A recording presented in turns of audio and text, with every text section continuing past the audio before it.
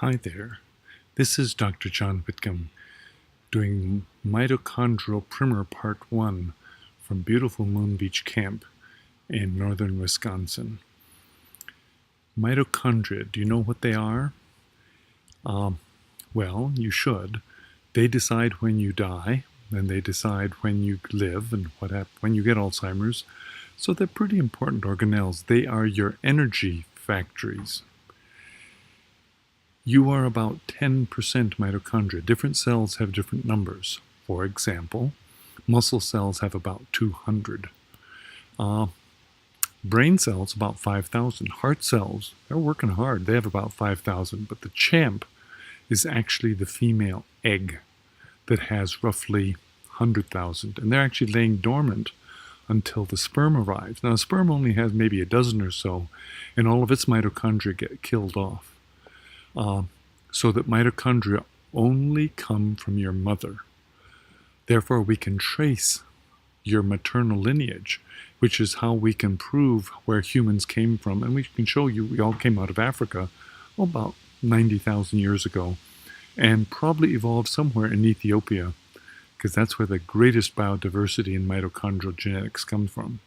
But mitochondria are your energy factories. And what they are little organelles that that have the ability to take glucose and extract 38 ATP out of them. ATP is the currency of energy in your body, whereas regular cells in the cell water can only get 2 ATP per glucose and make lactate. Mitochondria can make 19 times as many. So mitochondria are incredibly important for your well-being.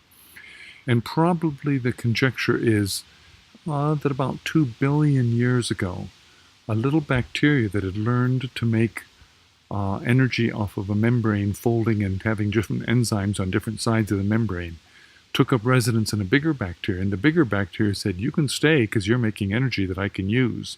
And bit by bit, the mitochondria lost all of its DNA except for about 35 or so critical proteins that it keeps to itself. So your mitochondria actually has its own DNA in it. In fact, it has 10 copies. It keeps those 10 copies so that it can rapidly reproduce and multiply when it needs to. So your mitochondria can multiply quickly. How is this relevant? In many ways, we're going to explore over the next couple of weeks. But I first became familiar when I gave it to my own father with congestive heart failure. And his ejection fraction went up 30%.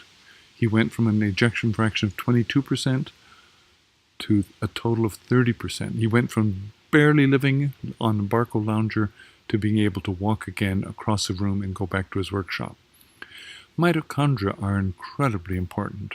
They are part of all of our well-being. And so we're going to teach you in the weeks ahead all of the implications of that. So this is Dr. John Whitcomb signing off on Mitochondria Part 1.